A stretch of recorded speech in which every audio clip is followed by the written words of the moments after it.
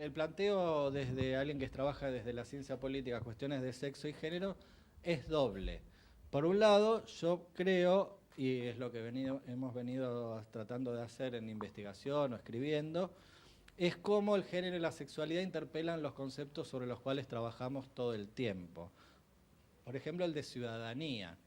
Es decir, yo escribí, es un texto que lo vemos en el CBC, o sea que tampoco es una gran sofisticación, pero es decir, el género y la sexualidad determinaron desde siempre la noción de ciudadanía, es decir, quiénes somos los miembros de la comunidad política, a qué derechos tenemos derechos, cuáles son esos derechos y qué recursos materiales y qué recursos simbólicos tenemos para ejercer esos derechos. Y también, yo digo, la ciudadanía sexual es un concepto que con este sustantivo, este adjetivo, no tiene más de 20, 30 años, pero nosotros tenemos la ley de Sáenz Peña, que hablaba del sufragio universal obligatorio. Era universal, que quiere decir que todo el mundo puede tener acceso, pero no todo el mundo tenía acceso al voto con la ley Sáenz Peña. Solamente los varones adultos, nacidos en este territorio. Pasaron algo así como 35 años entre la sanción de la ley Sáenz Peña y que otra parte de la población, que son las que el Estado atribuyó al nacer como mujeres, que pudieron tener el derecho a votar y a ser votadas en ese derecho que ya se llamaba universal. Y a muchas personas en ese momento no le hacía ruido que eso universal excluyera a básicamente la mitad de la población. Y hoy tenemos la idea, bueno, es adulto ese voto. Yo en el CBC, a veces para jorobar, cuando doy a estudiar mi leo, van a ver por qué no podrían votar los menores de edad. Y cuando digo menores de edad me refiero a los chicos de 4 o de 7 años, no de 16, 15. Y no lo vamos a hacer acá, pero las respuestas que dan es porque todavía no tienen razón, porque todavía no son suficientes seres humanos, porque dependen de otras personas, porque no tienen criterio propio, porque les van a decir lo que tienen que votar, que son exactamente los mismos argumentos que se usaban para que las mujeres no voten. Es decir, entonces yo no estoy defendiendo que voten los niños de 4 o 7 años, que en realidad sí lo estoy defendiendo, pero más allá de defenderlo, quiero decir que eso es una decisión arbitraria que nuestra comunidad política, cuyas decisiones que toman en el Parlamento y el Poder Ejecutivo y los jueces sobre esos niños, ellos no participan de las decisiones que los afectan. Nos puede parecer bien, mal, razonable o no razonable, pero en todo caso no es natural que voten los adultos y no voten y las adultas y no voten las niñas y los niños. Lo que quiero mostrar un poco es cómo este carácter sexuado, genérico, en este caso etario, del voto, por ejemplo, no aparecía como problemático, así como esto de los niños, que yo se los di a ustedes, hace no sé cuántos años se bajó a 16, pero la pregunta es por qué 16 y no 14 o no 12, qué sé yo. Es decir, y no van a decir, este también es un ejemplo que no es inventado, yo soy doctor en ciencia política y voté 2 veces a Elisa Carrió. Digo, entonces quiero decir, la idea de ser racional no es verdad que tenga que ver ni con la edad ni con los estudios. Es decir, la voté en 2003, 2007 creo. Es decir, entonces, ¿por qué un nene de 4 años va a ser menos racional que yo, más racional que yo? Y no es un chiste, digo, es verdad. Es decir, voté a cada una y a cada uno, que, bueno, y reestudio y todo eso, pero bueno. Entonces la idea de ciudadanía tiene que ver con lo sexual, como lo muestra el voto, pero también con las condiciones materiales y simbólicas para ejercer los derechos. Esto lo hemos trabajado los que trabajamos cuotas, por ejemplo. Jutta Marx, no sé si la conoce, una investigadora que estudió la Unión Cívica Radical en los años 80 y veía por qué un partido como la Unión Cívica Radical tenía tan pocas, en ese sentido era el peor de los partidos en relación con la inclusión de las mujeres. Y esta mujer, que además era vinculada al radicalismo, mostraba que en realidad cerraban las listas en los saunas de la ciudad de Buenos Aires. Saunas, quiere decir prostíbulos, donde estaban los punteros de la UCR de la capital. A las 4 de la mañana terminaban de cerrar las listas electorales. Y obviamente una mujer no iba a ir a esos espacios. O cerraban, si quieren ser más prolijos, a las 4 de la mañana en otro lado, pero también hay la construcción social de la diferencia de género, hace que una mujer a las 4 de la mañana tenga que estar cuidando a los hijos en la casa, y si no está cuidando a los hijos, se siente mal por no estar cuidando a los hijos. Entonces, uno puede decir que había una diferencia, y en términos formales, la posibilidad de que mujeres y varones participen en política es la misma, pero había construcciones de la diferencia de género, no con la política, sino con los horarios del día, que hacía que las mujeres tuvieran menos chance que los varones para ocupar lugares en las listas, etcétera, etcétera. Lo mismo, no hay ninguna razón legal, me escucho, no hay ninguna normativa para que prohíba acá en el ámbito de la Universidad de Buenos Aires que una chica trans o que alguien en silla de ruedas pueda cursar una carrera de grado. Y sin embargo, yo estoy mirando acá, quizás pueda haber, no veo, digamos, a la totalidad, pero nosotros sabemos que hay un sesgo sistemático que excluye a determinadas personas por su modo de ser en el mundo de, por ejemplo, llegar a una carrera universitaria. Entonces también hay que pensar cómo ahí la cuestión de la funcionalidad corporal o la identidad de género hace a la posibilidad material o simbólica de ejercer un derecho. Lo digo material, yo trabajo en el Instituto Germani, hoy di el ejemplo en una investigación y salimos y pasó lo que yo había contado como ejemplo.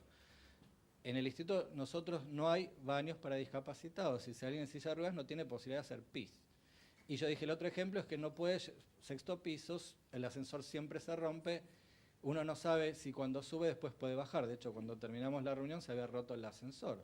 Bajar 6 pisos en silla de ruedas se la regalo. Es decir, nosotros hay unas cuestiones que tienen que ver con nuestro cuerpo, que tienen con la posibilidad, por ejemplo, de cursar una carrera, de participar de una... Bueno, entonces decía la primera cuestión, y después voy a pasar a la segunda, y que es la anteúltima, es esto. Entonces, ¿cómo podemos pensar desde el género y la sexualidad conceptos como el de ciudadanía, como el concepto de Estado? Lean el libro de Osler, La formación del Estado argentino, y decir, uno puede leerlo en clave de construcción de la heteronormatividad. Es decir, ¿quiénes tenían la posibilidad de manejar propiedad? ¿Quiénes tenían la posibilidad de fijar domicilio? ¿Quiénes tenían la posibilidad de ejercer un cargo público? Los varones, y eso no es que fue una construcción de mi prejuicio machista o el prejuicio machista de la mujer, que estaba sancionado en la propia normativa del Estado, en la propia, como dice el título del libro de Oslak, la formación del Estado argentino. Y eso fue visible como para la política como un siglo y medio después de ese proceso y para la ciencia política hace 5 minutos. Es decir, ustedes, acá está Miguel Rossi, que da La República, de Platón. El capítulo sobre la socialización de las mujeres lo pasamos rápido. O sea, no hace problema pensar que la República de Platón implicaba que las mujeres, digamos, ¿dónde están las mujeres en la República de Platón? No es algo que lo problematicemos. La frase de Hobbes, el hombre necesita un helper, o sea, alguien que lo ayude, que en la costilla sale la mujer. Carol Pateman lo planteó, pero nosotros, por lo menos cuando lo cursamos, todo eso lo pasábamos rápido, no era parte importante del contrato social que el hombre tuviera a alguien que le ayude, que es la mujer, que esa parte es una frase bíblica, es decir, no importaba, no digo que esté mal o esté bien, lo que quiero decir que uno puede desde el género y la sexualidad interrogar a estos autores clásicos como Platón o como Hobbes. Y ahora paso al otro tema, bueno, voy a ir un poco más rápido.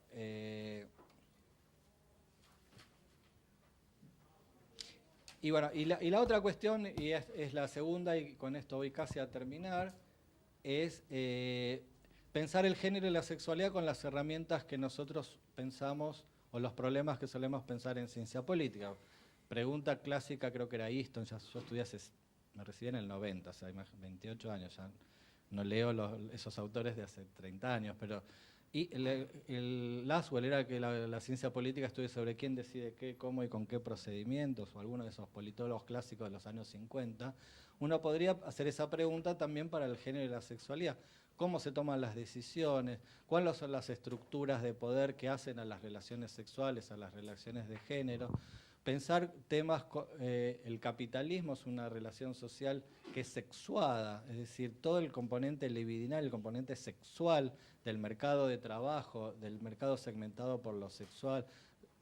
No voy a hablar porque no hace falta, lo voy a mencionar solamente, todo el tema de la dimensión sexual y genérica de la violencia, es decir, que la violencia es un tópico recontra hiperclásico de la ciencia política, es decir, qué es la violencia, qué es la fuerza, qué es el poder, todo eso nos permite pensar lo sexual y lo genérico. Y por último, con esto termino, yo pensé que tenía como 40 minutos, por eso lo he preparado más largo. Sí, bueno, esta es la última frase, la última consideración, quiero decir, sobre nuestro papel como intelectuales, es decir, qué podemos aportar desde las ciencias sociales a pensar políticamente en la sexualidad y el género. Y yo tengo un leitmotiv que repito, que es como un poco la manera que tengo de pensar la cosa, de investigar y de tratar de trabajar, que es contribuir desde un lugar intelectual, o sea, desde la investigación, desde las ciencias sociales, que es un lugar que es, pero no es el lugar del activismo o el lugar de la práctica política, sino que es un lugar particular, que es de las personas que nos dedicamos como trabajo o como oficio a reflexionar, a observar, a tratar de entender, que es el siguiente doble papel. Por un lado, la politización, esto es una definición que a mí me gusta o que la hemos construido, que es mostrar de algo que aparece de determinada manera, no es un fenómeno fortuito o un fenómeno azaroso o aleatorio, sino que tiene que ver con una estructura social que es inherentemente conflictiva y que tiene que ver con un proceso histórico que produce en ese fenómeno. Fenómeno, saben ustedes que ya estudiaron todos a Hegel, es aquello que aparece. Entonces, aquello que aparece como algo, en realidad, es nuestro trabajo, una manera de politizarlo es mostrar ese carácter estructural y ese carácter histórico y político que lo hace y lo produce de determinada manera. Voy a dar el ejemplo del aborto, que es el que está hoy en día, y otros dos ejemplos más. Una mujer o un varón trans puede pensar, uy, tengo miedo de estar con una gestación que no tengo ganas, interés o posibilidad de llevar a término. Esta experiencia puede ser vivida como un destino individual, como una especie de, esto me pasa a mí, qué injusticia, qué terrible situación. Y una posibilidad de politizar es esto que me pasa a mí, no es una cosa que me pasa a mí o solamente a mí, sino que es producida, las condiciones en las que esta experiencia tiene lugar, tiene que ver con una estructura social, patriarcal, penalizadora, criminalizadora, etcétera, que produce que la experiencia de un embarazo no buscado, no querido, no deseado sea vivida de esta manera. Lo mismo una persona que descubre en su adolescencia o a la edad que sea que le gustan las personas de su mismo sexo y dicen, uy, esto me pasa a mí, ¿qué voy a hacer con esto? Y la posibilidad de inscribir eso en un mundo que estructuró de una manera heteronormativa, violenta hacia la no heterosexualidad, es una manera también de politizar y de entender por qué esa experiencia es vivida de esa manera. Lo mismo una persona que se entera un diagnóstico positivo al VIH, es decir, todo para decir que un papel politizador es mostrar como un fenómeno en realidad que aparece como fortuito, individual, casi de destino, responde o se explica o se entiende a partir de una estructura social y a partir de procesos históricos que lo hacen ser de esa manera.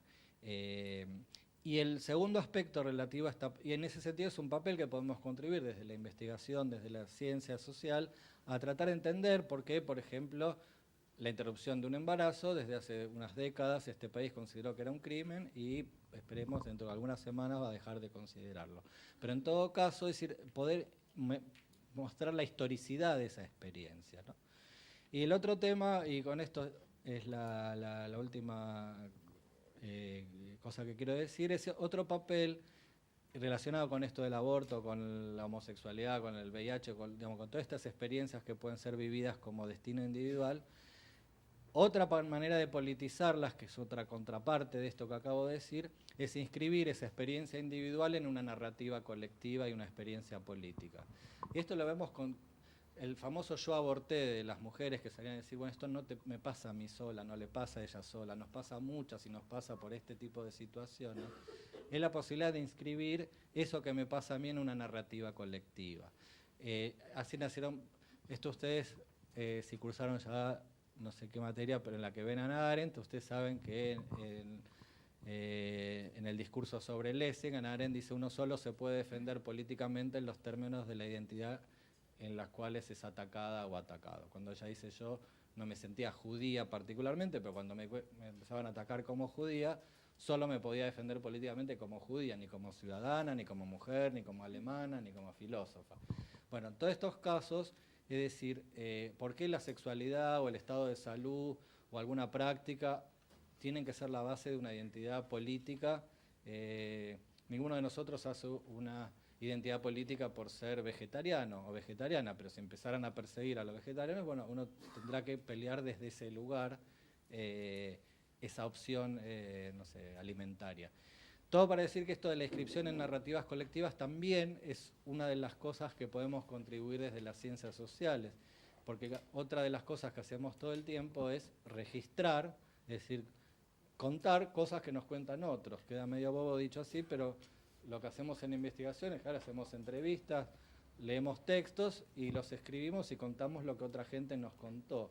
Y esa posibilidad de registrar también forma parte de este proceso más amplio de inscripción de experiencias individuales en una narrativa más colectiva. Entonces, resumiendo, creo que el papel de las ciencias sociales o de la ciencia política en particular en relación con el género tiene este doble tarea.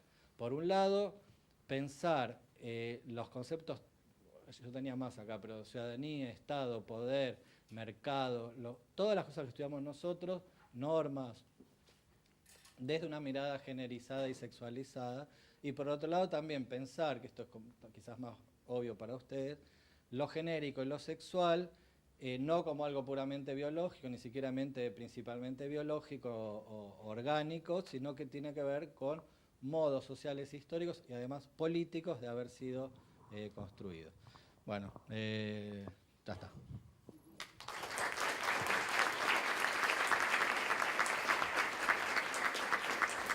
Buenas noches a todos y todas y todes.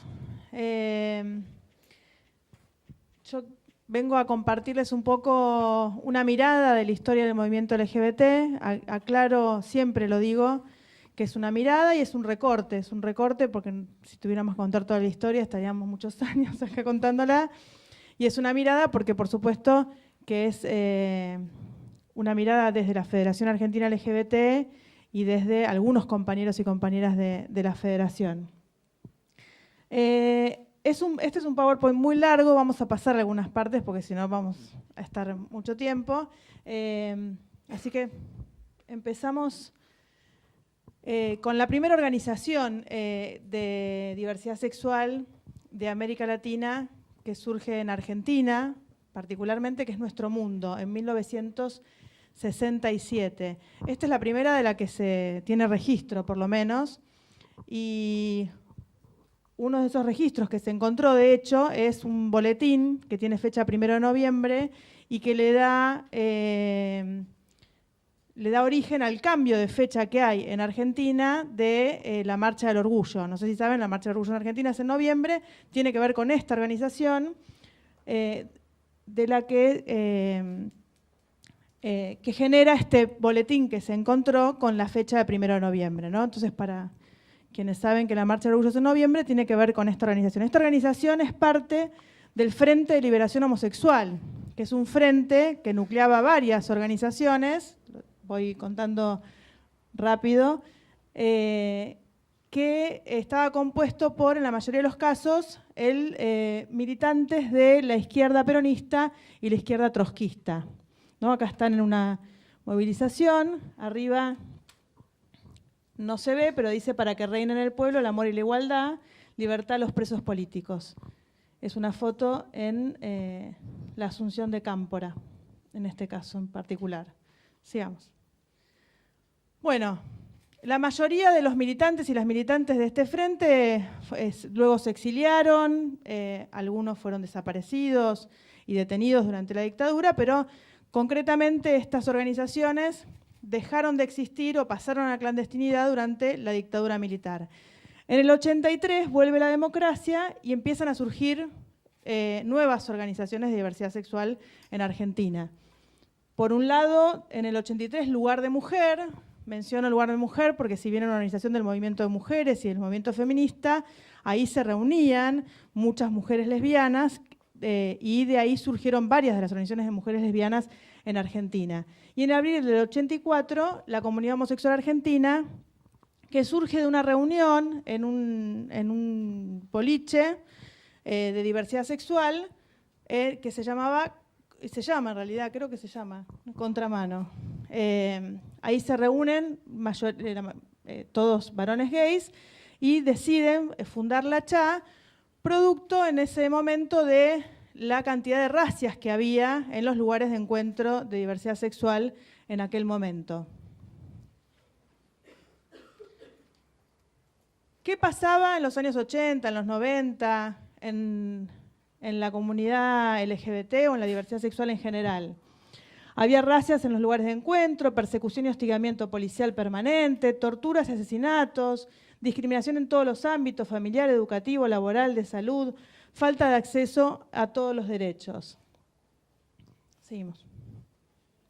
Por lo tanto, los principales ejes de trabajo de las organizaciones de diversidad sexual en todos esos años tenían que ver con escraches en comisarías, reclamos ante el Ministerio del Interior. En aquel momento el Ministerio del Interior era el que se encargaba de la policía, de las fuerzas de seguridad, y la lucha contra los edictos policiales, códigos de faltas y ley de averiguación de antecedentes, que eran las herramientas que tenían las fuerzas de seguridad para perseguir a la diversidad sexual, entre otros grupos vulnerados por la discriminación. Otro de los hitos históricos que hubo en nuestro movimiento, que para nosotros consideramos y nosotras relevante, es la personería jurídica de la CHA. En el 89, la comunidad homosexual argentina va a reclamar el reconocimiento de su personería jurídica. La Inspección General de Justicia en aquel momento le dice que no le puede reconocer esa personería jurídica. Si ustedes leen el dictamen, yo creo que el espíritu general y el argumento principal tenía que ver con que las organizaciones reconocidas con personalidad jurídica como asociación civil tienen que tener un fin de bien común. Y la Inspección General de Justicia decía, en el 89, no hace tanto tiempo tampoco, que una organización o un grupo de homosexuales reunidos de ninguna manera podían generar ningún bien común a la sociedad. Por lo tanto, le rechaza la Inspección General de Justicia la personería jurídica a la CHA. La comunidad homosexual argentina, por supuesto, recurre a la justicia, va a la primera instancia, a la segunda instancia, después a la tercera instancia, y hasta la Corte Suprema de Justicia de la Nación le rechaza la personería jurídica a la comunidad homosexual argentina. En el 91 llegan a la Corte. Y básicamente el voto mayoritario tenía que ver con este mismo argumento. Un grupo de homosexuales reunidos incluso se hablaba de que iban a promover la homosexualidad en la sociedad, y eso de ninguna manera podía generar ningún bien, y al faltar este objetivo de bien común no podía ser reconocida la organización como una asociación civil sin fines de lucro con personería jurídica. Finalmente, todavía no tiene personería jurídica la CHA, así que volvemos a la anterior. Finalmente reciben su personería jurídica. En el 92, en aquel entonces presidente, que tampoco voy a nombrar,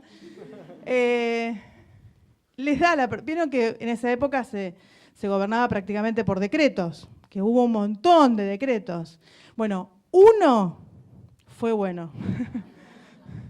¿Qué fue este decreto? ¿Por qué se genera este decreto? Porque cada vez que viajaba el aquel entonces presidente a distintas universidades y lugares del mundo a hablar, entre otras cosas, de derechos humanos, cosas paradójicas por lo menos, había en muchos de estos eventos organizaciones de diversidad sexual que le cuestionaban esto de que Argentina no le reconocía su personería jurídica a la comunidad homosexual argentina. A la vuelta de uno de esos viajes, saca por decreto el reconocimiento de la personería jurídica de la CHA. Otras de las organizaciones que nacen también entre los 80 y los 90 es ATA, que se formó a partir de un grupo de amigas, compañeras cansadas de sentir en carne propia, dicen ellas, el maltrato policial.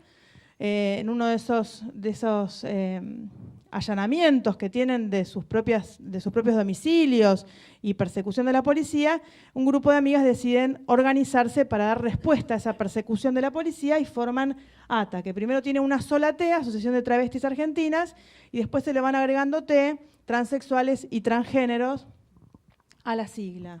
¿Seguimos? Bueno, sí, seguimos.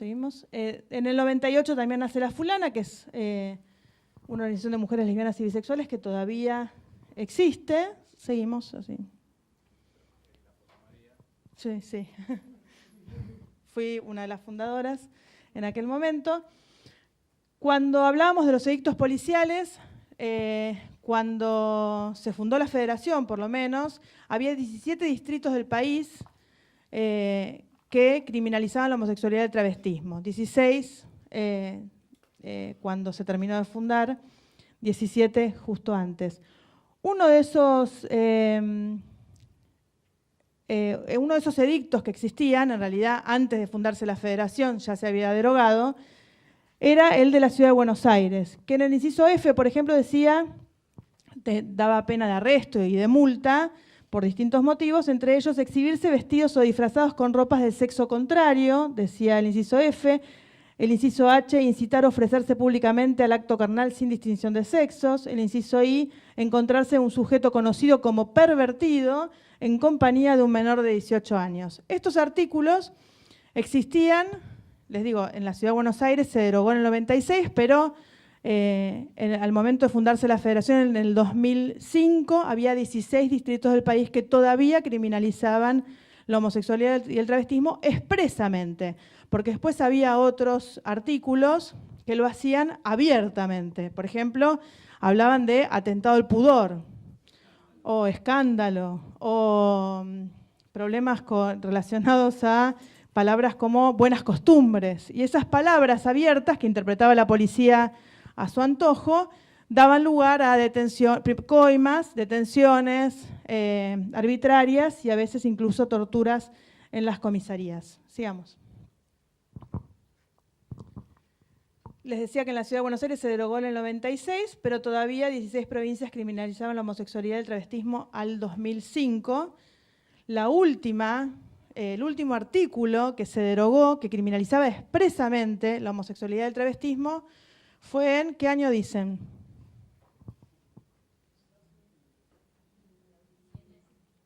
¿Cómo? ¿2017? No, por suerte no, pero todavía quedan las abiertas, están vigentes. 2012, el día después de que se aprueba la ley de identidad de género, se deroga, dice, bueno, ya se pueden casar, pueden cambiar sus nombres, ya no da después llevarlas presos, mejor lo derogamos. Formosa derogó el artículo que criminalizaba expresamente la homosexualidad y el travestismo. De todas formas, todavía quedan en muchas provincias del país figuras abiertas que son utilizadas por las fuerzas de seguridad para perseguir a la diversidad. Seguimos.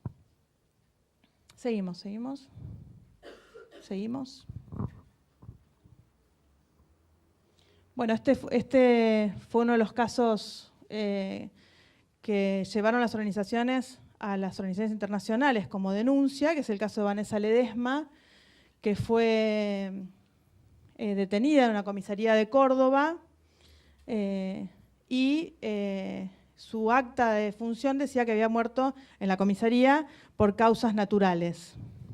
Así estaba su cara, tenía un surco en cada una de sus muñecas, producto del movimiento durante las torturas que había tenido con las esposas. Y bueno, y así estaba su cara. Seguimos.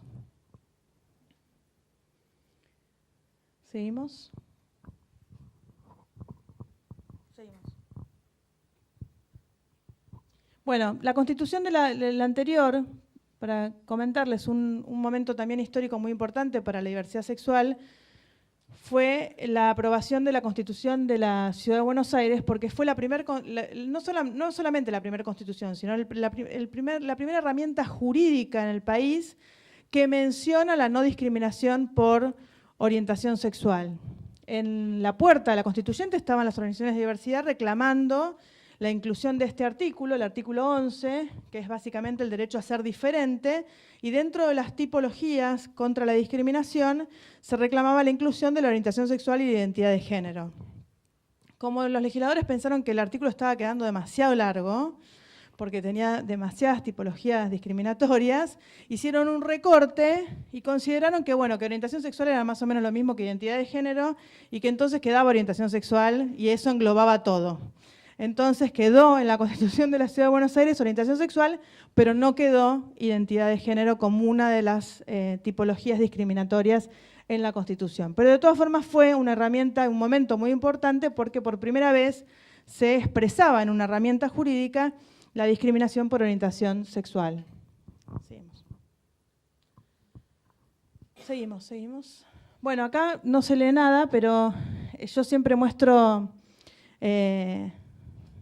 esto como una forma de interpretar cómo históricamente van cambiando las demandas del movimiento LGBT en Argentina.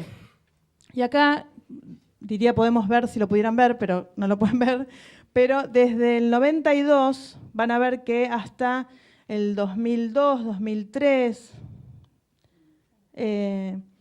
La mayoría de las consignas tienen que ver con la libertad y con la represión y la persecución de la policía, ¿no? Por ejemplo, vigilemos a la policía en el 95. Tiene que ser muy brava la situación como para que la consigna de una marcha sea vigilemos a la policía. En el 96, la discriminación nos condena, la policía nos mata, seguimos de pie. Orgullo de ser, derecho a estar, ¿no? Como enunciados como derechos el ser y el estar. En la sombra de la hipocresía, a brillar mi amor, era una reivindicación de la visibilidad. Celebramos la vida con orgullo, repudiamos la discriminación y la violencia. Los ejes eran esos y no encontramos en esos momentos ninguna reivindicación de derechos concretos. Como les decía antes, el eje de las organizaciones sociales tenía que ver con la lucha contra la persecución y el hostigamiento de las fuerzas de seguridad. Van a ver más adelante, recién en el 2005, queremos los mismos derechos, nuestro festejo es reclamo, igualdad, libertad y diversidad, voten nuestras leyes, en el 2008, recién ahí van a aparecer reclamos relacionados a derechos concretos. Sigamos. Bueno, como saben, en 2001 hay una profunda crisis institucional y política en el país. Acá ponemos algunas fotos para recordar aquellos momentos. Sigamos, pasémosla. Y claro. Bueno, en ese contexto, en donde producto de esa crisis política, institucional, económica, por supuesto, se habían debilitado enormemente las instituciones de donde provenía la mayor parte de la discriminación. Y se habían fortalecido las organizaciones y los movimientos sociales. En ese contexto de gran fortaleza de los movimientos sociales y debilitamiento de las instituciones, muy oportunamente la comunidad homosexual argentina presenta en la legislatura de la Ciudad de Buenos Aires el proyecto de unión civil. La unión civil, que hoy es ley, está vigente, ¿qué dice básicamente? ¿No? Dice que en el ámbito de la Ciudad de Buenos Aires, después reconoce algunos derechos en la administración pública, las licencias, algunas cosas concretas de quienes trabajan para la Ciudad de Buenos Aires, para el gobierno de la ciudad, pero la idea general de esta ley, que tiene una carilla, es muy breve, es que en el ámbito de la Ciudad de Buenos Aires, las parejas del mismo sexo deben ser tratadas de manera similar a los cónyuges. Similar. 2002 se aprobó. Que fue un logro impresionante, no saben cómo festejamos semejante humillación, porque hoy es humillante. Pero en ese momento lo celebramos de una manera impresionante, porque era la primera unión civil aprobada en América Latina. Imagínense lo importante que fue que la jerarquía de la Iglesia Católica organizó un congreso interdisciplinario internacional, publicó un libro así, que le mandó a todos los legisladores, le llegaban fax, porque no había mail en ese momento, no era muy usual, llegaban fax de las organizaciones católicas, pero a montones, diciendo que no había que aprobar esa unión civil. Entramos a las 3 de la tarde de un día, salimos a las 7 de la mañana del día siguiente. Ahí estaban los trabajadores de Bruckmann reclamando la expropiación de Bruckmann, estaban los cartoneros, estaban un montón de movimientos sociales reclamando distintas cosas que además salieron, para que entiendan el contexto de gran fortaleza de las organizaciones y los movimientos sociales.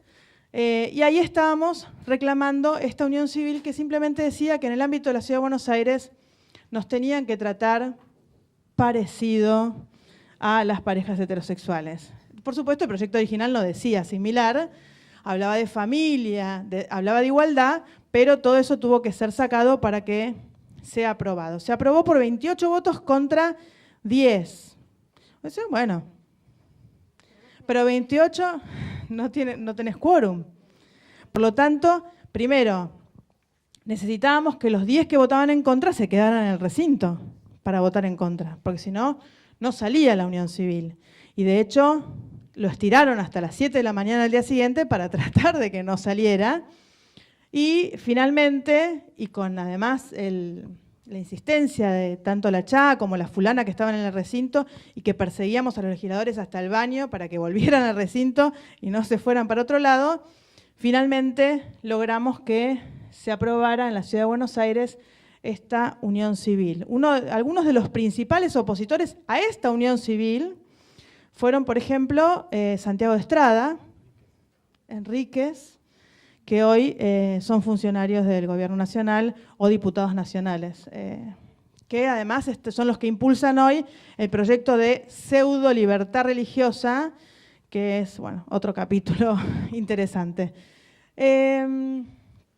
Bueno, se aprueba entonces esta unión civil en la Ciudad de Buenos Aires, las organizaciones empezamos a debatir, bueno, ¿cuál era el siguiente paso? ¿Una unión civil nacional? ¿Los derechos por separado, sigamos? Se van aprobando en otros lugares. La provincia de Río Negro lo aprueba por unanimidad.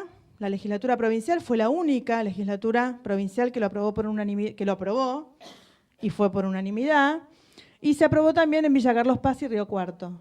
La legislatura de Río Negro fue la única legislatura provincial que aprobó la unión civil. Sigamos.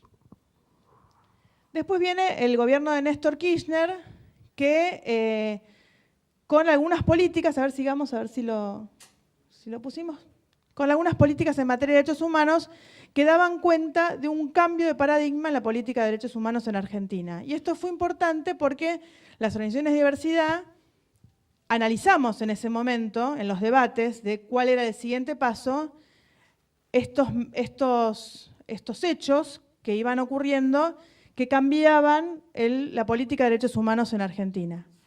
¿De ahí pensamos que se iba a aprobar el matrimonio igualitario? No, lejos todavía. Pero dijimos, bueno, capaz que podemos empezar a pensar en presentar propuestas de derechos, ¿no? En ese momento hablábamos de algunos derechos que nos equiparen los derechos con las parejas del mismo sexo. Sigamos. Y pasó otra cosa.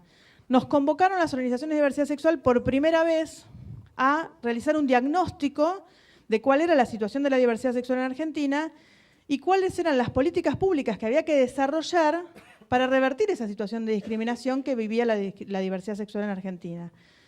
Nos reunimos varias veces, hubo reuniones además en distintas provincias, y de ahí salió un Plan Nacional contra la Discriminación que tenía un capítulo que era sobre diversidad sexual. La verdad es que fuimos a elaborar y a contribuir a este plan con mucha desconfianza, pensamos que iba a quedar en el cajón de algún funcionario, y finalmente nos llaman y nos dicen: queremos que ustedes revisen este plan antes de que se publique, porque ya va a salir como plan de gobierno este Plan Nacional contra la Discriminación. Fuimos a revisar para ver todo lo que habían sacado, para acusarlos y denunciar todo lo que no habían puesto en el plan, y nos encontramos que ahí estaban todas las reivindicaciones que habíamos planteado. No estaba matrimonio igualitario. ¿Por qué creen que no estaba? No la planteó ninguna organización, porque en el 2004 ninguna organización planteaba la ley de matrimonio igualitario como posibilidad en Argentina. Sí dice la equiparación de los derechos con las parejas heterosexuales, habla de cuestiones más generales, pero en ningún momento ninguna organización en ese momento planteaba la posibilidad del matrimonio igualitario. Las demás reivindicaciones históricas del movimiento sí se encuentran en este plan, así que estábamos contentos y contentas con el contenido del plan, y además nos dicen que este plan iba a salir como decreto del en aquel entonces presidente Néstor Kirchner, por lo tanto no era solamente un plan que habíamos elaborado entre activistas y funcionarios, sino que era la indicación de un presidente a sus funcionarios de cuáles eran las políticas públicas que había que desarrollar. Es decir, no éramos nosotros y nosotras desde las organizaciones diciéndole a los funcionarios lo que había que hacer, sino que era además el presidente el que le indicaba a sus funcionarios que había que hacer lo que nosotros y nosotras decíamos que había que hacer en Argentina en relación a la diversidad sexual. Este sí fue un hecho que nos hizo empezar a pensar a muchas organizaciones en que podíamos plantear cuestiones de derechos como, por ejemplo, el matrimonio igualitario. Y lo que lo confirmó, o lo que nos hizo terminar de decidirlo en muchos debates que había, en muchos espacios, en muchas organizaciones, en ese momento yo participaba de la fulana de estos espacios, encuentros nacionales, etcétera, fue, digamos, la aprobación. Bueno, acá hubo otro de esos gestos importantes que fuimos leyendo, digamos, las organizaciones, que es que por primera vez un presidente de la nación recibía a un activista trans. Sigamos. Esto es lo que les decía. Lo que terminó de definir la posibilidad de avanzar con matrimonio igualitario en Argentina fue en 2005 se aprueba en España. Antes de España, solo 4 países del mundo tenían matrimonio igualitario. Holanda, Sudáfrica, países culturalmente muy distintos a la Argentina y que no tenían el principal obstáculo, que es la Iglesia Católica. Único, diría, no solo principal. Porque la verdad, obstáculo fue siempre ese solo. Cuando se aprueba en España, que de hecho en España se convoca una movilización de más de 1,5 millones de personas en contra del matrimonio igualitario, después contrataron al señor que organizó esa movilización, lo contrataron acá para organizar una movilización en contra del matrimonio igualitario, por suerte no tuvo tanto éxito, no sé qué pasó, pero allá convocó a 1,5 millones de personas en contra del matrimonio igualitario y se había aprobado igual. Con esa fuerza de la Iglesia Católica, con esa organización, con esa oposición, con ese mismo obstáculo, en un país culturalmente parecido al nuestro. Y entonces es que varias organizaciones, en el marco de un encuentro nacional de diversidad sexual, donde concurrieron un montón de las organizaciones que existían en aquel momento, decidieron nuclearse en la Federación Argentina LGBT, sigamos, con 5 objetivos en aquel momento. Matrimonio igualitario, con adopción. ¿Por qué aclarábamos? Si ustedes ven el primer volante que sacamos era Nosotros también podemos, y era la foto del diario El País anunciando el matrimonio igualitario en España. Y de los 5 objetivos que nos propusimos en aquel momento, uno dice matrimonio igualitario con adopción. ¿Por qué decía con adopción? Porque en todos los países donde se había aprobado, menos España, habían tenido que negociar la primera vez que se había aprobado, después se había modificado, en Holanda, por ejemplo, después se modificó, habían tenido que negociar la adopción. ¿Qué quiere decir? Bueno, les aprobamos la ley de matrimonio igualitario, pero ponemos un artículo que diga que ustedes no pueden adoptar. Así salían las leyes que habían salido antes. Entonces, por las dudas, nos atajábamos de matrimonio igualitario con adopción.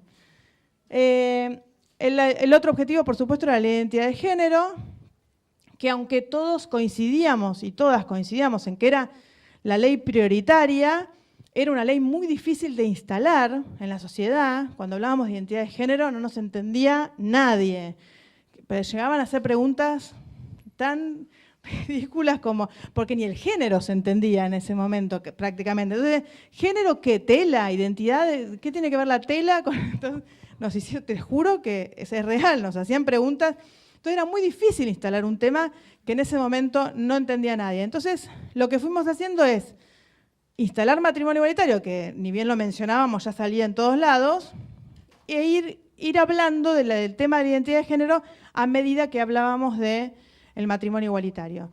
El tercer objetivo era incluir en la educación a la diversidad sexual, en la educación sexual integral, temas de diversidad en los materiales del Ministerio de Educación de la Nación. Otro era derogar esos artículos que criminalizaban la homosexualidad y el travestismo en 16 distritos del país, todavía. Y el otro era una nueva ley antidiscriminatoria. Esos eran los objetivos iniciales. Después se agregaron muchos otros, pero esos fueron los objetivos iniciales de la Federación. En el 2005 presentamos el primer proyecto de matrimonio igualitario, se crea la Federación en 2005 y se presenta el primer proyecto de matrimonio igualitario en Argentina, que lo presentan organizaciones de la Federación con el diputado de Hipólina del Partido Socialista.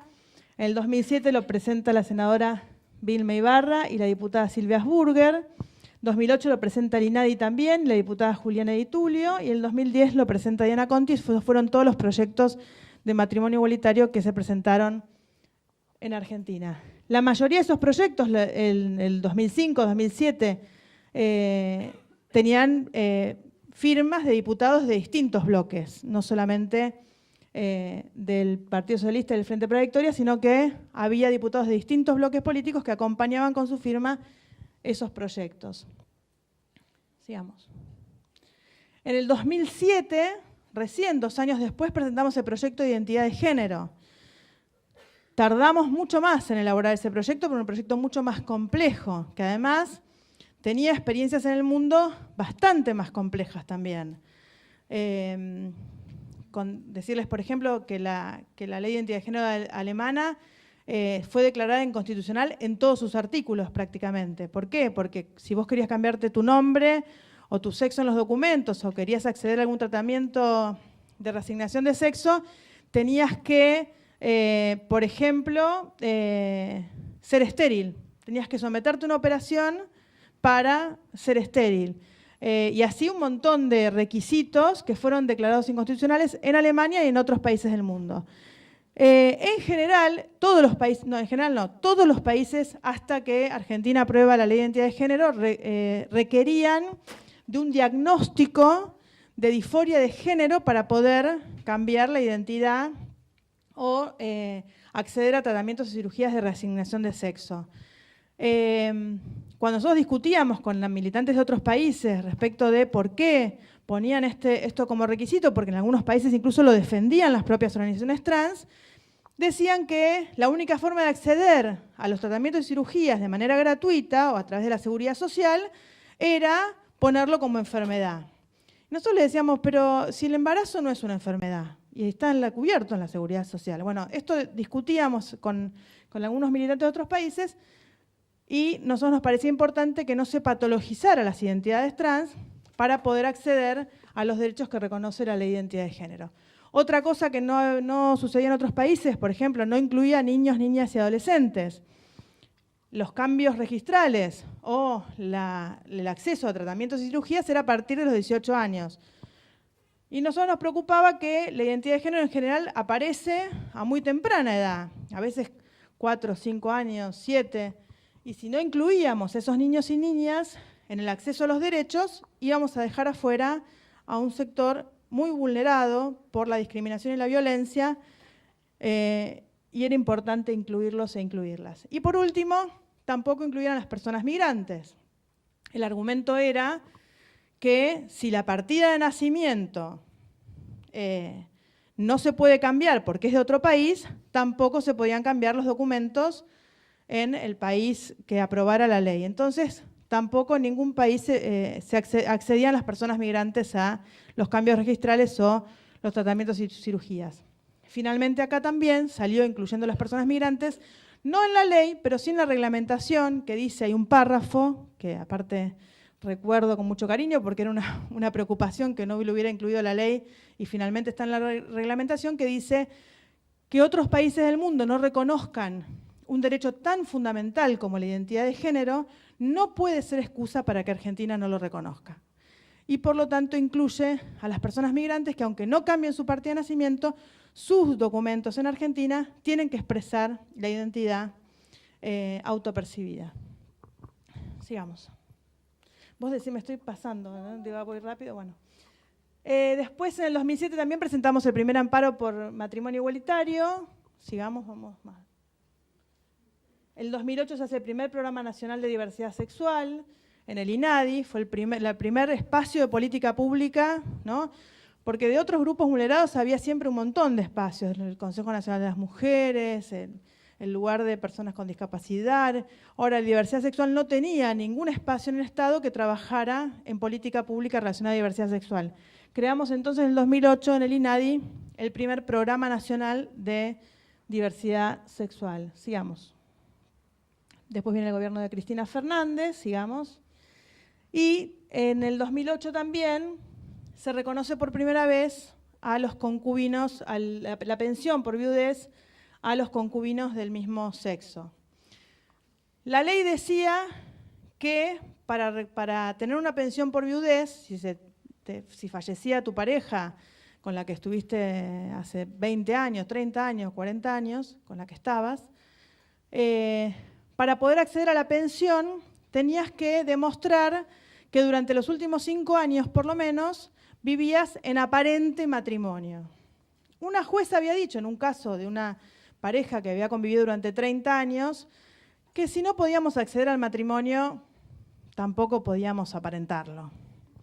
Entonces le rechazan la pensión por viudez y queda esa jurisprudencia que después se repitió en otros casos más. Por una resolución en el ANSES en el 2008, en ese momento estaba Amado Boudou al frente del ANSES, con una resolución del ANSES reconoce el ANSES la pensión por viudez a las parejas del mismo sexo, cambiando esa interpretación que había de la misma ley, porque la ley en realidad no había cambiado. Sigamos.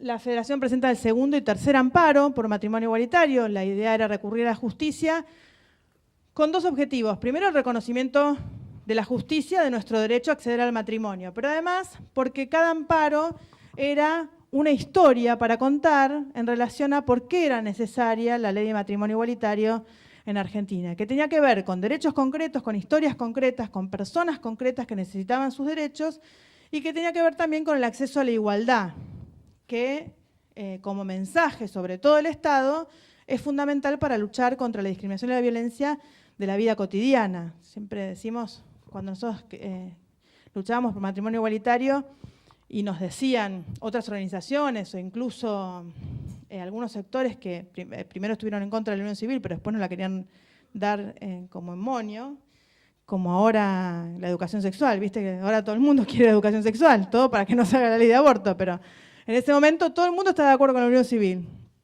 para que no saliera el matrimonio igualitario. Bueno, nosotros decíamos, queremos los mismos derechos con los mismos nombres. Frase que no fue tan ingeniosa nuestra, sino que le robamos a los españoles.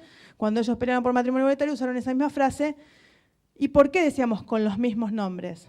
Porque los mismos nombres nos daban acceso a un mensaje de igualdad del Estado, que es una herramienta fundamental para pelear contra la discriminación y la violencia de todos los días. Nosotros decimos, el matrimonio igualitario no le cambió la vida solamente a los que van y se casan, sino que cambió culturalmente la percepción que hay sobre la diversidad, sobre las familias del mismo sexo, generó un montón de espacios en el Estado, desde donde se trabaja diversidad sexual, o sea, fue mucho más fácil avanzar en un montón de cuestiones que tienen que ver con la diversidad a partir de que se aprueba la ley de matrimonio igualitario por el mensaje que genera el Estado al equiparar derechos, en este caso. Bueno,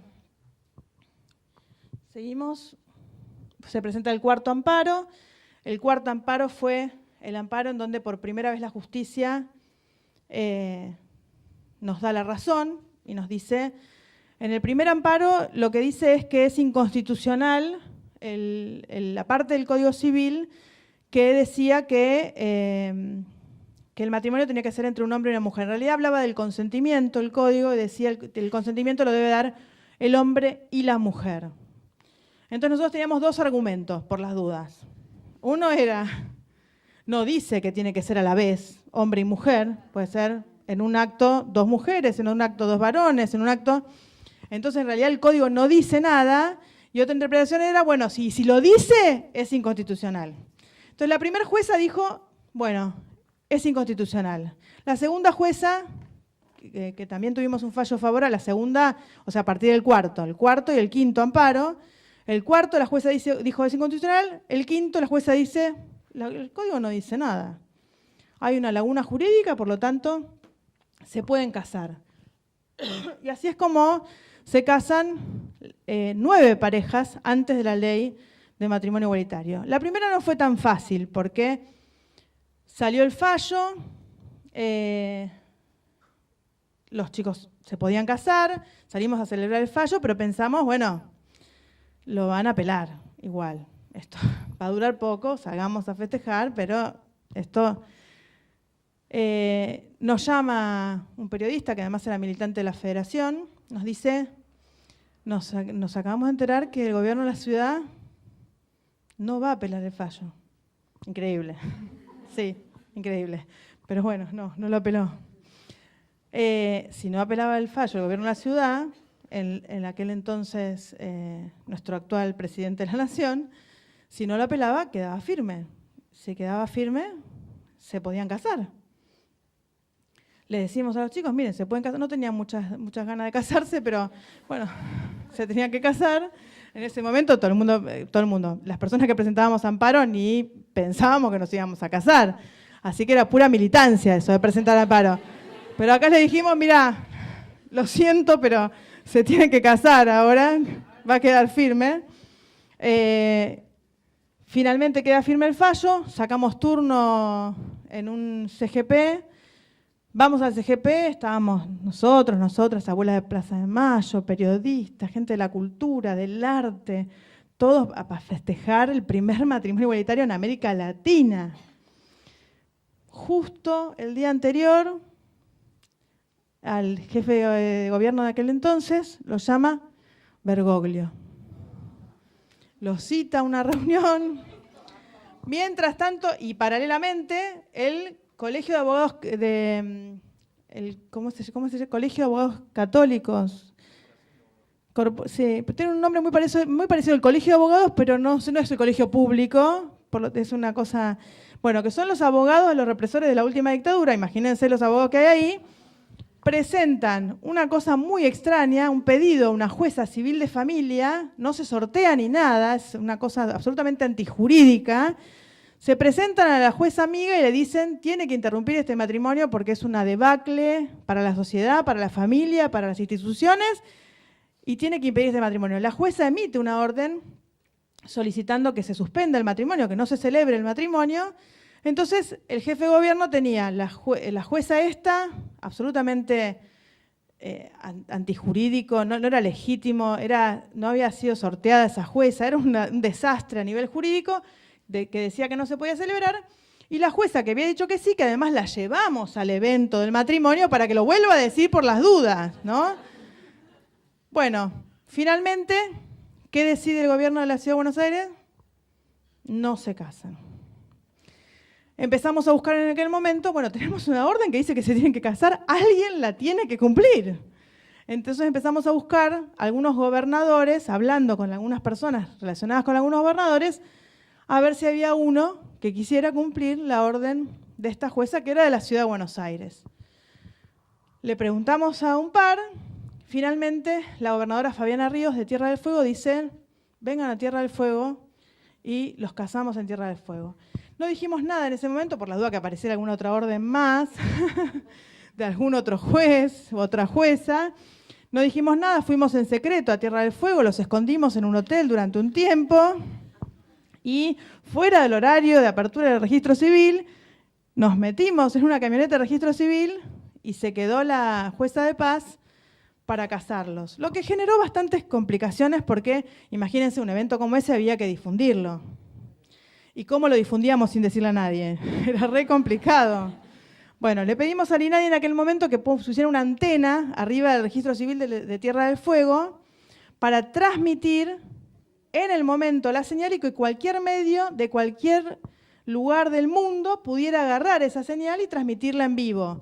Y teníamos preparados los celulares con SMS, no estaba WhatsApp tampoco, con SMS, con todos los números de todos los periodistas que conocíamos y les mandamos, en 5 minutos se casa la primera pareja en América Latina. Y le mandamos, es como una especie de coordenada del GPS, a dónde podían levantar la señal. Y ahí fue que salió en todos los medios del mundo el primer matrimonio igualitario en América Latina y en Argentina, que fue el cuarto amparo de la Federación Argentina LGBT. Después se casaron, como les dije, 9 familias más. Y sigamos. Esta es la consigna que les decía recién, una campaña que hicimos con actores. Sigamos. Con actores, actrices, músicos. Algo muy curioso de esta campaña es que una de las cosas que nos decían, en matrimonio igualitario, nos decían muchas cosas, algunas eran graciosas, pero las decían en serio, que las parejas de mismo sexo se separan rápido. Entonces, ¿para qué se iban a casar si después se tenían que divorciar muy rápido? Curiosamente, la campaña que hicimos, aparecen un montón de parejas del arte, de la cultura, de los medios, etcétera. Cuando terminamos la campaña ya en el Senado, estaban todos separados. Entonces, nos sirvió para mostrar que no éramos los únicos que nos separábamos, sino que también las familias heterosexuales se separaban igual que nosotros y nosotras. Sigamos. así ya vamos hacia el final. Este fue uno de los spots que hicimos en ese momento, pero como no hay sonido, ¿no? Ah, no. Sigamos. Comienza el debate entonces en el Congreso, se casa la primera pareja, en el siguiente, sigamos. Se casan 9 matrimonios más, ese es el de Cachita y Normita, 2 señoras grandes. Sí, que cuando la jueza, la de ese juicio fue la jueza Liberatori, nos pidió, ay, yo quiero conocer a las chicas, nos dijo. Bueno, tráiganlas al despacho que yo les quiero dar personalmente el fallo judicial para que se casen. Cuando entraron Normita y Cachita, la jueza no lo podía creer. Claro, el imaginario que tenía de 2 lesbianas eran 2 chicas jóvenes. Y ahí entraron Normita y Cachita a decir que ya hace de 30 años que estábamos juntas. Bueno, sigamos, así ya vamos terminando. El 4 de mayo se aprueba la ley de matrimonio igualitario. Sigamos. 14 de julio en el Senado. Todo fue muy parecido a aborto. Ahora que ustedes están viviendo aborto, ahora viste que lo llevan a todas las provincias. Con matrimonio igualitario hicieron lo mismo. ¿Por qué? Porque decía, la senadora Negra Alonso en aquel momento decía, este es un tema de los puertos. No hay gays y lesbianas en las provincias. Es un tema Rosario, la ciudad de Buenos Aires. Sí, los de San Luis no había, por ejemplo. Era Rosario, y el problema era Rosario y la ciudad de Buenos Aires. Entonces propuso ella, llevemos la discusión a todas las provincias, van a ver que ahí no hay. Nos dio miedo, la verdad. Pero fue fantástico. La federación creció de 5 organizaciones a más de 100 cuando terminó de debatirse matrimonio igualitario. ¿Por qué? Porque los gays, lesbianas, bisexuales y trans, que efectivamente existían en las provincias, se organizaron. Se organizaron para responder a las audiencias. Otra cosa que decían era que matrimonio viene de mater, que mater viene de útero, que si no hay un útero no puede haber un matrimonio.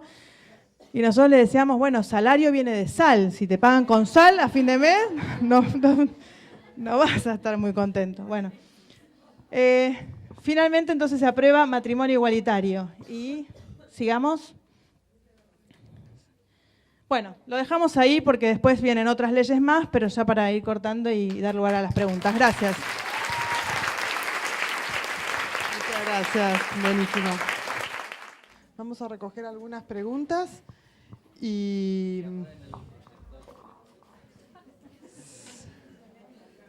Sí, a ver. No, ahí va, Facundo. Bueno, ¿quién quiere comenzar?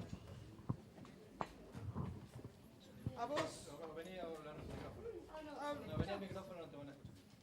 Sí, se me escucha, me parece. ¿Me escucha o no? Sí. Yo quería preguntar para ambos, pero bueno, me parece que capaz María me puede contestar más específicamente.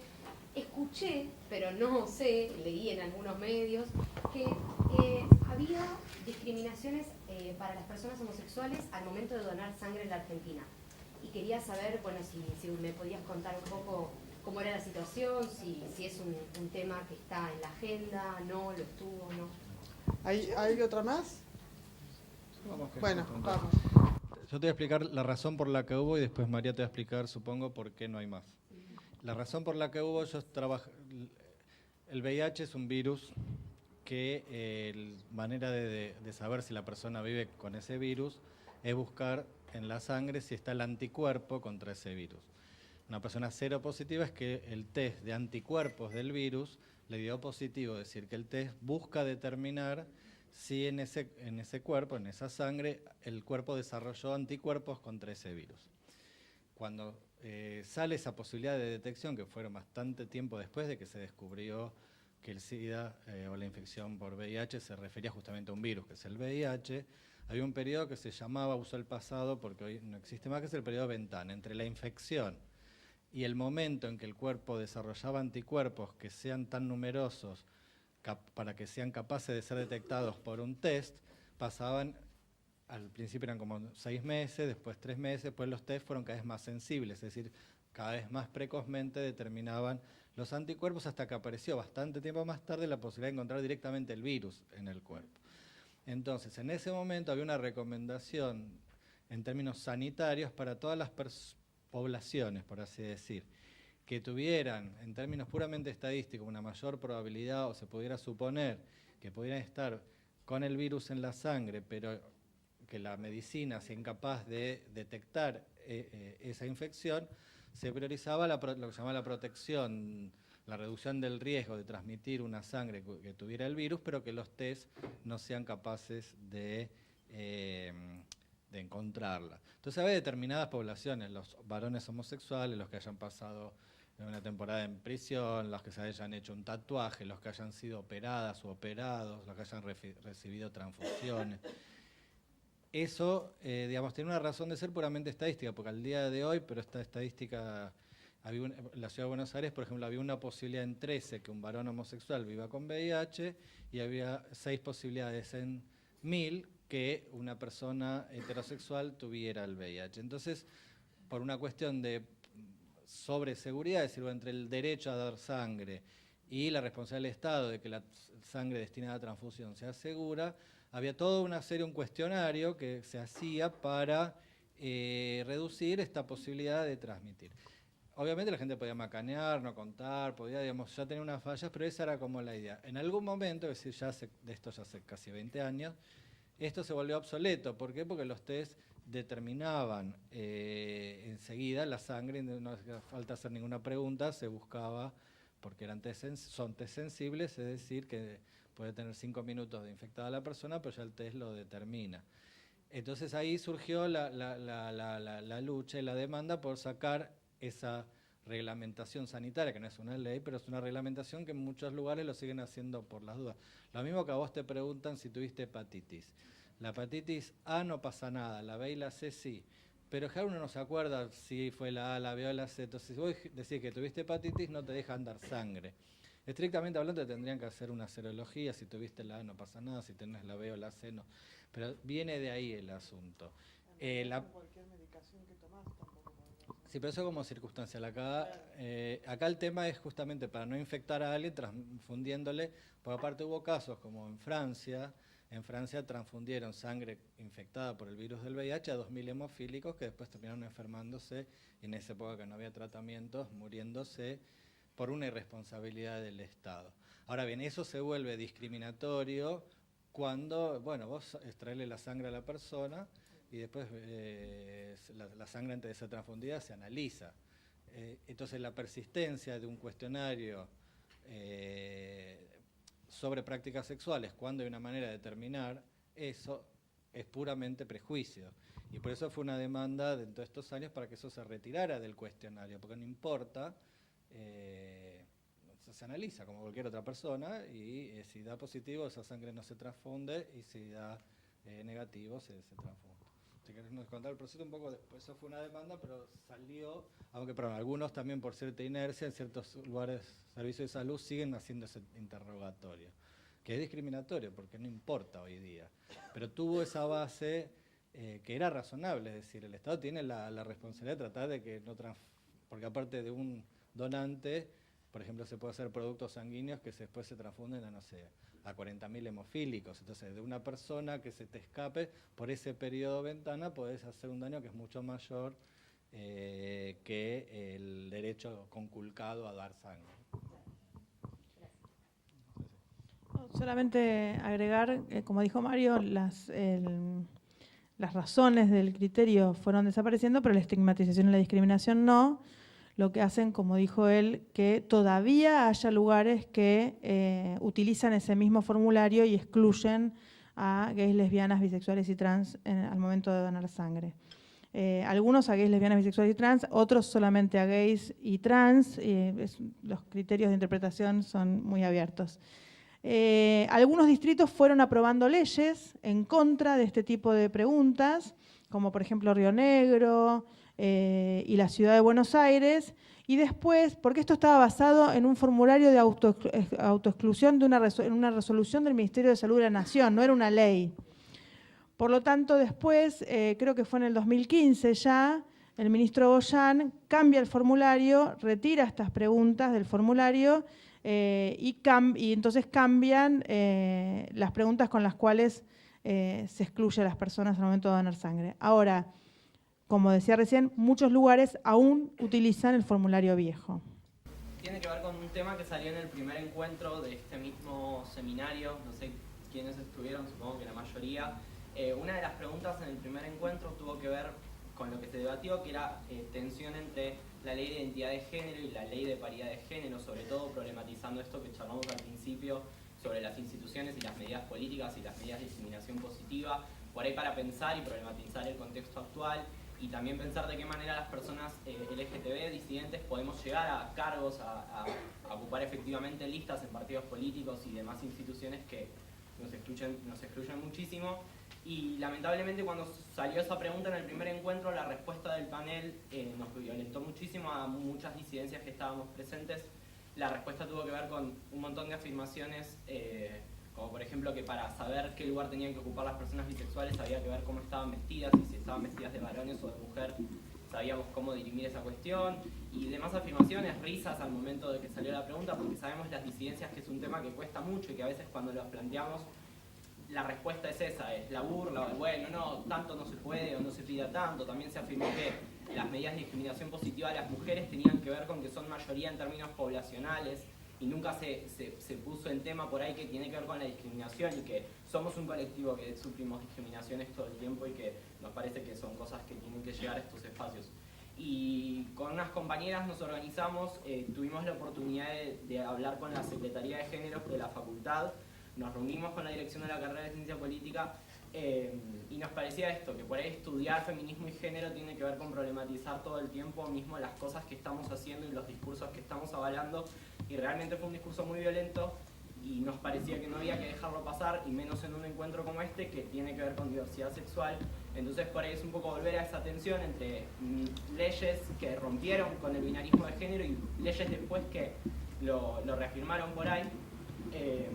Pero bueno, sabiendo que volvemos a ese tema porque pasó algo que dejamos pasar, que la mayoría dejó pasar, y está bueno que no se dejen pasar más estas cosas. Eso.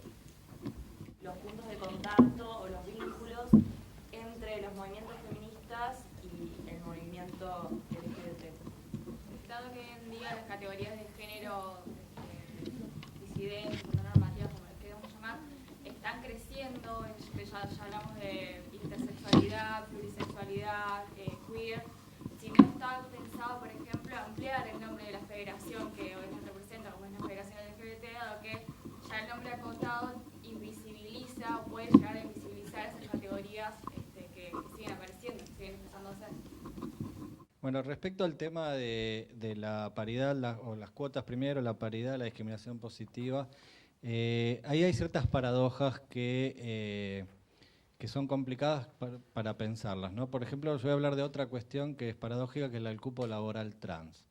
La ley de identidad de género lo que propone, garantiza y supone es la transformación de todos los instrumentos legales que identifican a una persona, se modifican de acuerdo a la identidad de género autopercibida.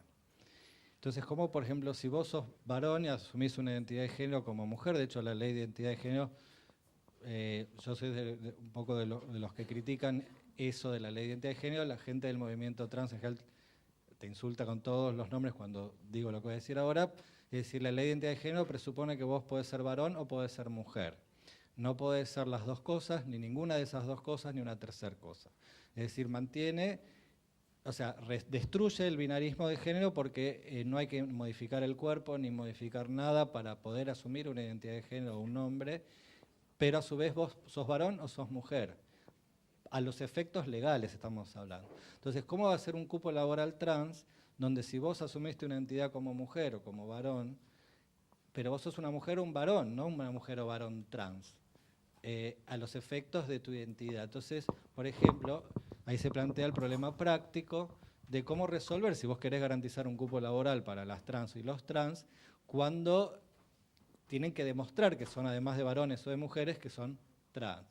Con el cuestión de la paridad pasa algo parecido, es decir, la paridad y antes la ley de cuotas aparecen como una medida limitada en el sentido no de que sea poco efectiva, sino que se limita a decir, hay una discriminación histórica de las mujeres cis en este caso, en el acceso a los cargos públicos, la ley de cuotas primero y la ley de paridad ahora dice, bueno, hay que garantizar forzadamente, o sea, con un mecanismo formal, que con todas partes de los problemas que además tiene, porque vieron que hay temas hasta casi de traducción operativa, ¿no? Si vos tenés 3 cargos que entran por cada lista electoral, pueden entrar 2 varones y una mujer, 2 varones y una mujer, igual no tenés la paridad. Pero más allá de eso, el tema de pensar las identidades en términos de cis y trans en relación con el binarismo de género, ahí hay un problema, porque nuestra ley de identidad de género, bueno, vos pasaste de ser varón a ser mujer o de mujer a ser varón, pero a los efectos legales vos sos eso, es decir, a los efectos ciudadanos, por así decir, no de tu identidad o cómo te tratan tus amigas, no sé, o en el trabajo, pero a los efectos. Entonces, la paridad no puede dar cuenta de los modos diferentes de vivir el binarismo de género. Es decir, hay un problema del instrumento, es decir, el instrumento ley de paridad presupone que hay varones y mujeres y lo que dice es que en las listas electorales, o podría ser también en los cuerpos colegiados de la facultad, de los sindicatos, digamos, de cualquier cuerpo del directorio del CONICET, que directorio del CONICET vamos a hacer 7 varones y una mujer, porque se elegía una sola persona, entonces, por cada uno de los lados. Entonces podrían ser 8 varones, 8 mujeres, y entonces yo decía, bueno, hay un tema ahí de arquitectura del directorio del CONICET que permite que sea mayoritaria o exclusivamente masculino. Digo, ese es uno de los temas que digamos, será mi reflexión para hablar rápido. Pero hay un artículo, si querés buscarlo en Google, que yo escribí, y tengo otro que todavía no escribí, que se llama Sobre secas y mojadas, y que tiene que ver con lo siguiente: las políticas públicas sobre sexualidad o sobre cualquier cosa, yo lo decía, son secas. ¿En qué sentido? Cualquier política pública, ustedes lo estudian en la carrera, tiene que definir una población objetivo, un conjunto de objetivos o metas a alcanzar, cuáles son los recursos asignados a esa política, a qué sector administrativo burocrático tiene que ocuparse de eso. Todo esto que habló María hoy del INADI, qué sé yo, vos lo lees, es una cosa espantosamente aburrida, qué sé yo, porque tiene que ver con el modo en que la burocracia del Estado piensa en las cosas. Y la vida sexual no es así, es mojada, por decirlo con esta imagen. Entonces, lo que quiero decir es lo siguiente: toda política en materia de sexualidad, género, reproducción o lo que fuere, aún la mejor, la más buena, la más de onda, la que más participamos y la que más queremos, siempre de alguna manera ejerce algún tipo de violencia. Cuando se aprobó lo del matrimonio igualitario, la ley de identidad de género, enseguida salió lo que por otra parte es verdad. Bueno, entonces van a creer que todos los gays, todas las lesbianas se casen, que además como pueden adoptar y tener hijos por lo que apareció después, que es el acceso a la fertilización asistida. Entonces aparece toda una normatividad que excluye a aquellos y aquellas que no se amoldan esa normatividad. Lo mismo con la ley de identidad de género, apareció una transnormatividad. Si vos sos una travesti o una chica trans, y afeitate, depilate, aparece todo un tema, siempre aparecen normatividades y violencias ejercidas a quienes no se amoldan. Entonces digo que hay, no para justificar la ley de paridad, que es buena, mala o no sé qué, digo, cualquier ley o cualquier política pública no pueden sino ser violenta o excluyente por su forma, no por su... Obviamente es peor una ley de educación sexual que diga vamos a enseñar a los chicos y a las chicas que los varones son los varones, las nenas son las nenas, el aparato reproductor y nada más. Pero aún la ley de identidad de género, de educación sexual y la más mejor que se te ocurra, siempre va a instituir aquello que es lo normal, aquello está bien respetar, está bien querer, vamos a educar para el amor, para no sé qué. En todo caso, siempre hay una institución violenta y excluyente por más... Y ya lo que pasa es eso, es decir, después vamos viendo aquella exclusión que a veces es visible, pero se acepta igual, lo del matrimonio igualitario, lo que sea María, es decir, voy a decir una cosa todavía peor. Otra de las cuestiones que se reivindicaba es el acceso a las Fuerzas Armadas. Nadie quiere, por lo menos yo, ni mis amigos, ni nadie entrar a las Fuerzas Armadas, ni casarse, pero era la idea de, bueno, yo quiero tener el derecho, no lo pienso ejercer. Pero hay una cuestión, si una de las cuestiones de la formación de un Estado es poder levantarte en armas para defender ese Estado, bueno, todos tenemos para ser plenamente ciudadanos y ciudadanas, aun cuando sabemos que la institución del matrimonio es de las peores instituciones no lo digo en términos normativos, sino de que están en la base de la estructura burguesa, patriarcal, violenta, qué sé yo, etc. Y un solo cosita más si le paso a María. Yo escribí un texto en el año, la autorreferencia, 2003, creo, Encuentro de Historia de las Mujeres en Villa Giardino, en Córdoba. Yo lo hice a propósito, eran así todas mujeres y yo, porque en ese momento la historia de las mujeres le interesaba solo a las mujeres y a 2 varones, 3 varones y algunas compañeras trans que estaban ahí. Y yo escribí un texto que se llamaba Lucha, lucha, que somos muchas, convergencias y divergencias entre movimiento feminista y LGBT. Yo estaba con Josefina Brown, que es una compañera, amiga y militante feminista, y Josefina me decía, vos tenías que ver la cara de las chicas cuando vos hablabas. Se van transfigurando en una rabia contenida que por supuesto después se explotó. Yo hablaba justamente, digamos, si el enemigo como no solo la Iglesia Católica, sino el modo heteropatriarcal, heteronormativo, digamos, de alguna manera una estructura que oprimía tanto a las mujeres cis, a las mujeres heterosexuales, a las lesbianas, a los gays, a las travestis, a las trans, a los trans, con sus especificidades, pero ¿por qué no podía haber justamente una convergencia? Cuando no era tan obvia, es decir, la lucha por el aborto iba por un lado, la lucha LGBT iba por otro hace no mucho tiempo. Y bueno, y ahí el tema era justamente desde qué lugar un varón va a empezar a hablar de las cuestiones feministas, que ahora resurgió como tema, ¿no? Como tema político, ¿no? Desde qué lugar un varón cis puede hablar de los temas que afectan a las mujeres cis o trans. Pero en todo caso, la pregunta yo creo que es válida y con esto termino este punto. Mi respuesta invariable siempre es depende del contexto, depende de lo que estás discutiendo, depende con quién estás discutiendo. Nos vamos a pelear, nos vamos a juntar. Yo creo que una de las grandes virtudes que tuvo el movimiento LGBT y que durante décadas, y esto lo digo sin ningún problema, no tuvo el movimiento por la legalización del aborto es la posibilidad de articular unitariamente cuando llegó la hora, que ahora sí el movimiento por el aborto lo está haciendo. Cuando fue la lucha por el matrimonio igualitario, todos teníamos algo para decir de todos y todas los que estaban incluso liderando el movimiento. Había montones de cadáveres en el placar, pero se los mantuvo en el placar hasta que se aprobó el matrimonio igualitario. Quiero decir que en esta cuestión de articulaciones entre el movimiento feminista y LGBT depende del contexto. Este es un momento bastante, no es peyorativa la palabra, pero mujerista del movimiento feminista. Probablemente en otro momento deje de serlo, tiene que ver con momentos históricos y con peleas que se están dando. Y por último, alguien dijo disidente, no sé si fuiste vos o alguien, la palabra, pero tiene que ver con María, pero yo no uso la palabra, la disidencia quiere decir una actitud política de ruptura con algún valor que es impuesto, ¿no? Es decir, yo soy un disidente político, como en la época del estalinismo, ¿no? Soy Solzhenitsyn, qué sé yo. Y ese es otro tema, vos podés ser una travesti perfectamente normativa, es decir, yo quiero ser la mujer de mi maridito para plancharle, lavarle y hacerle la comida. Es decir, el hecho de asumir una identidad de género trans, o de ser gay, o ser lesbiana, o ser heterosexual, o lo que fuere, no quiere decir que haya una disidencia política ni normativa. Y alguien puede ser perfectamente heterosexual, hoy en día alguien que reivindica el trabajo sexual, por ejemplo, como una opción vital, es heterosexual, pero está haciendo algo que hoy es visto como una disidencia política. O sea, todo para decir que la orientación sexual y la identidad de género no hace a alguien disidente sexual y de género. Simplemente es alguien que le gustan las chicas, que le gustan los chicos, que se siente varón, que se siente mujer, por decirlo rápido. Bueno, en realidad, la verdad que todas las preguntas me parecen apasionantes. Podríamos estar acá con unas cuantas horas debatiendo cada una. Voy a tratar de ser muy breve. Primero, en relación a la atención. Yo creo que las leyes son una respuesta a necesidades concretas y esas necesidades surgen en coyunturas concretas también, ¿no?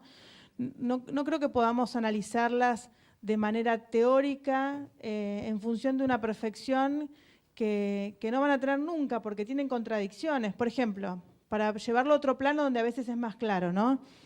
Muchas organizaciones trotskistas, organizaciones que cuestionan el capitalismo, tienen la consigna de trabajo digno.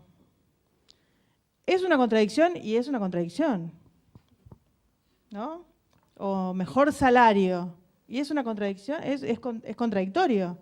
Ahora, a veces no se le exige a esos movimientos sociales una pureza ideológica en las consignas coyunturales que sí se nos exige a veces a la diversidad sexual o al feminismo.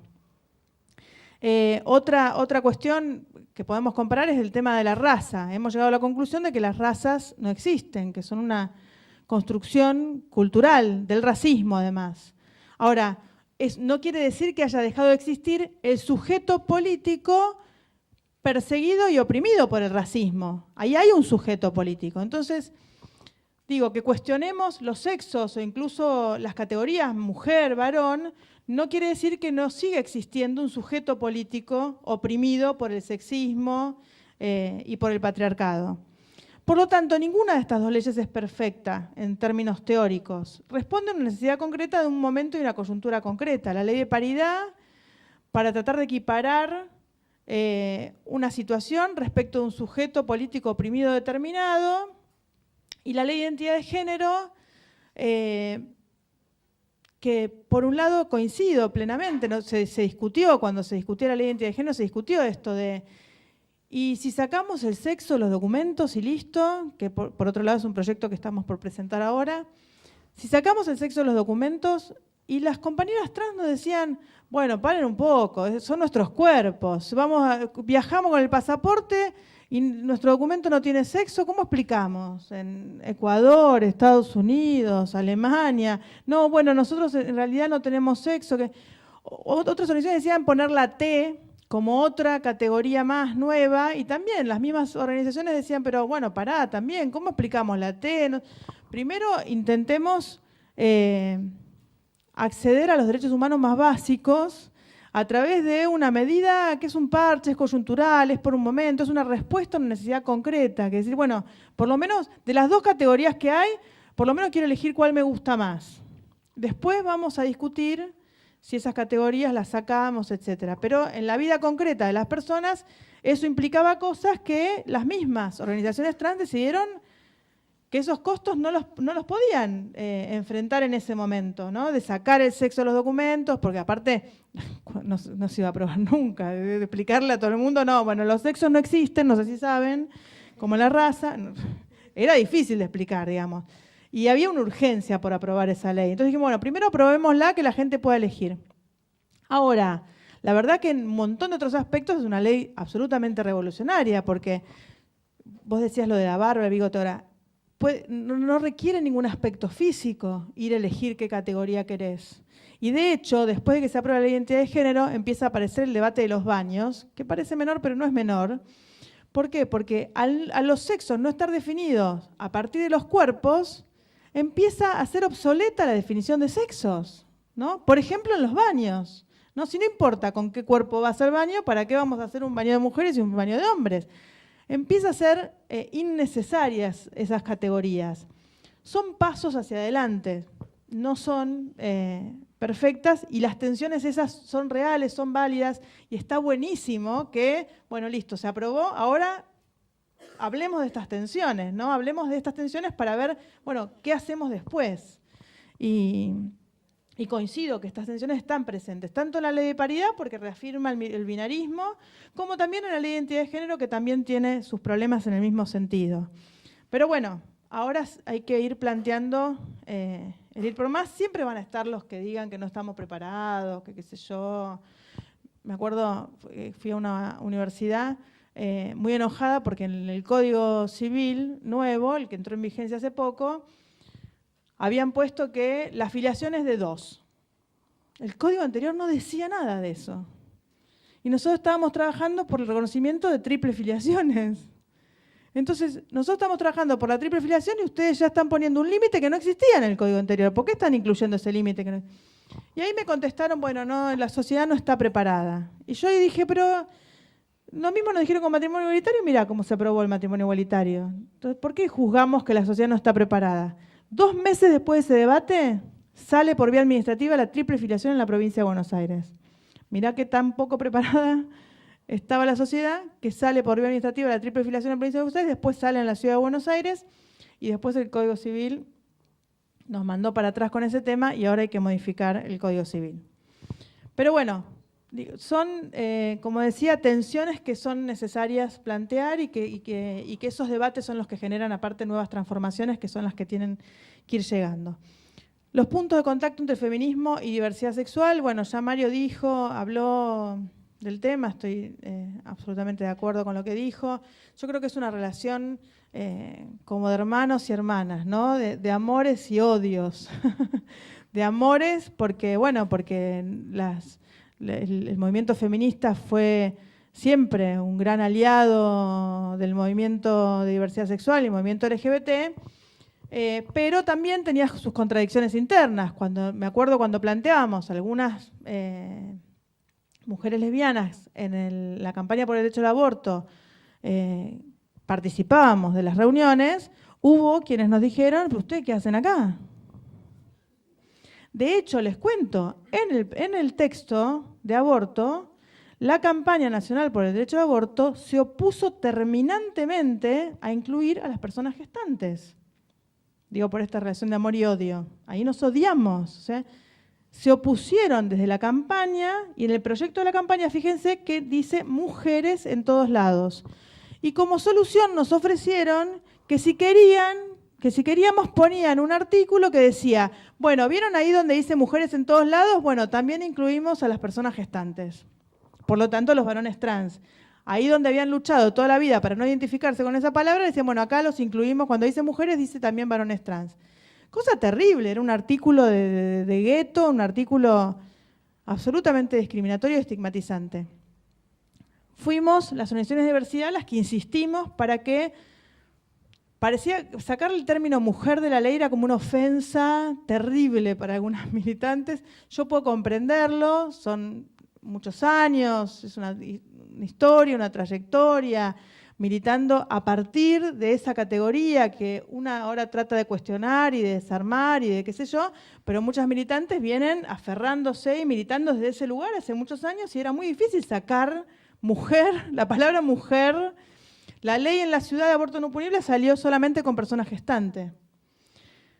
En Nación decía mujer en todos lados. Entonces, bueno, por lo menos pongamos en todos los artículos mujer y persona gestante, mujer y persona gestante. Bueno, perdimos la discusión en la campaña por el derecho al aborto, perdimos la discusión en la comisión de asesores que redactábamos el dictamen que se terminó votando, y al final entraron en una reunión los diputados y las diputadas, las famosas sororas, con el diputado Lipovetsky, y se lo planteamos a ellos directamente y a ellas, y terminaron decidiendo incluir, a partir de nuestra insistencia y de que les mandáramos WhatsApp a todos y todas todo el tiempo, terminaron incluyendo personas gestantes en todos los artículos. Entonces van a ver que el dictamen en todos los artículos dice mujer y persona gestante, mujer y persona gestante, mujer y persona gestante.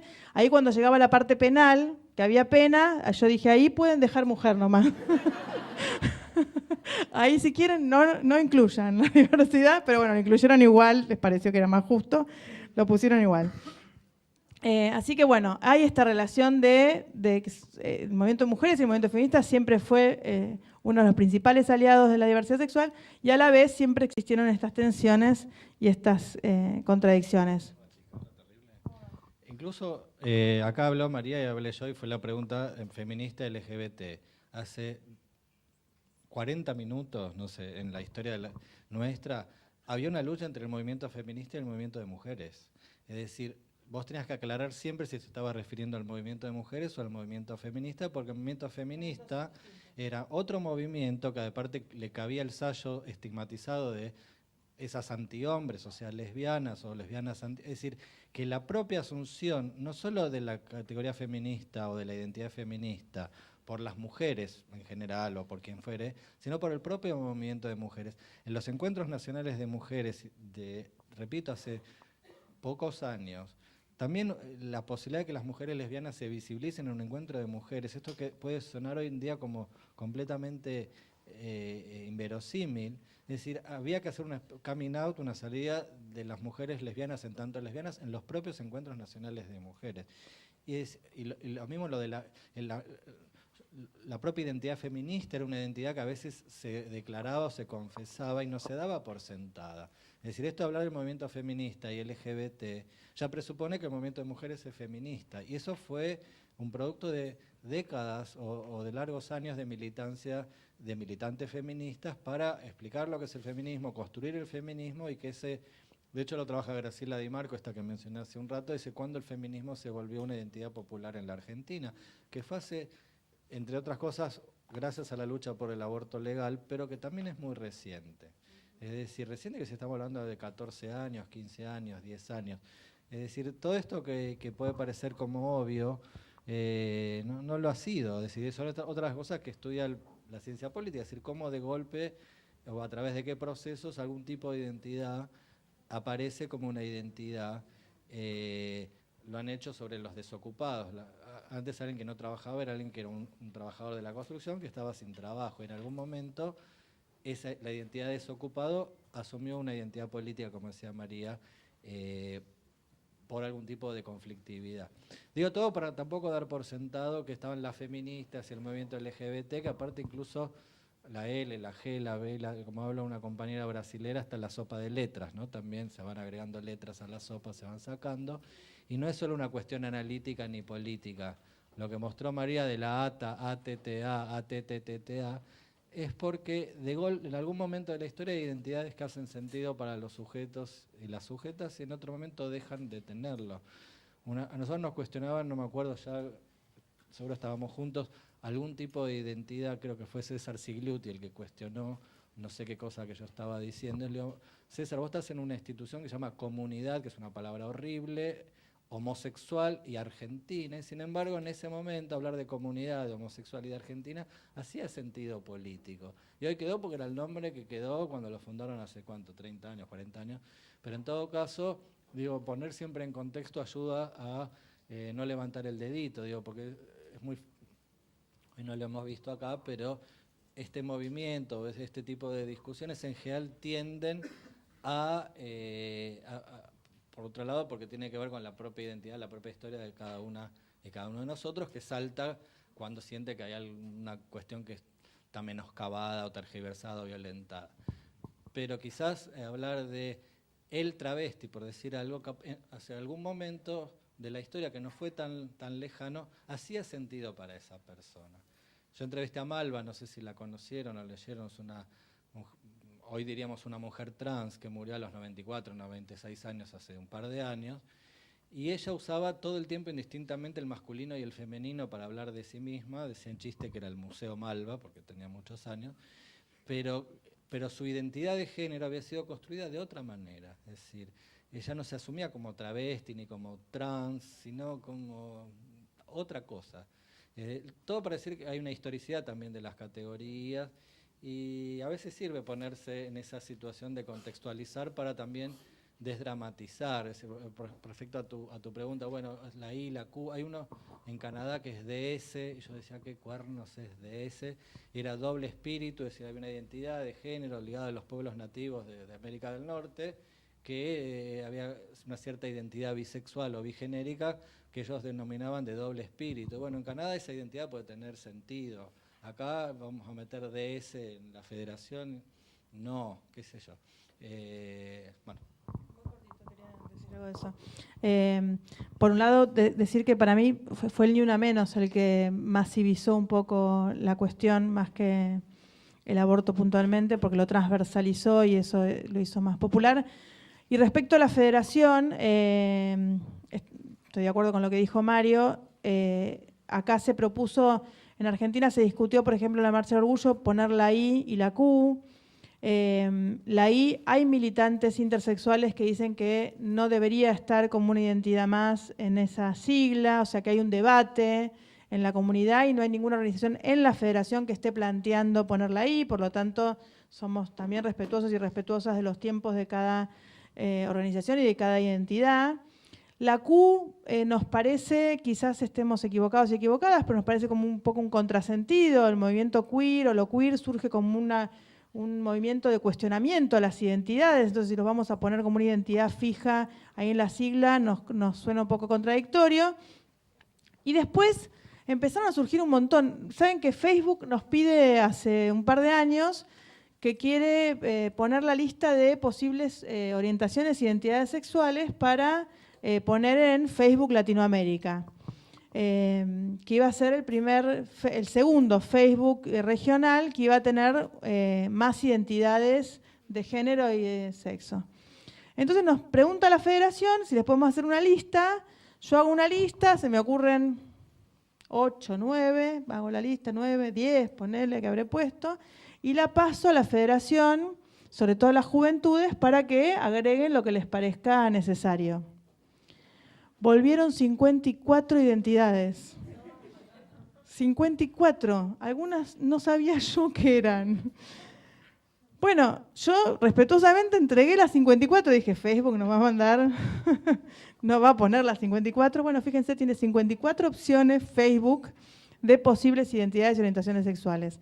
Por lo tanto, la lista es interminable. Algunas federaciones en otros lugares del mundo están optando por poner más. LGBT más o LGBTIQ más, como para decir la lista continúa. Nosotros pensamos que las identidades son lugares de donde hablamos, que son coyunturales, que son una estrategia política, no son una cuestión esencial, ni natural, ni biológica, ni nada por el estilo, y que en definitiva lo ideal sería llegar a un mundo en donde las deconstruyéramos, donde esos lugares de donde hablar no fueran necesarios. Y en todo caso, la federación debate internamente y seguirá cambiando con el tiempo, quizás agregando otras letras o quizás en algún momento optando por otra forma de nombrarnos que no tenga que ver con una estrategia identitaria que algunos y algunas pensamos que todavía es necesaria, aunque no tiene que ver con el objetivo de la sociedad que queremos, ¿no? Cerramos aquí, entonces, muchísimas gracias por todo, aplauso enorme, muchísimas gracias, realmente fue interesantísimo, muy importante. Y queremos invitarlos, si están de acuerdo, a hacer una foto, ¿sí? Queremos, los que quieran participar en una foto, un pañuelazo, se pueden quedar y vamos a hacer al revés, nos ponemos nosotros acá, mirando para acá, nosotros tres. Solo un aviso, hay como 6 o 7 u 8 legisladores y legisladoras egresados de nuestra carrera que votaron a favor del proyecto de aborto, así que por lo menos felices por nuestros egresados y egresadas.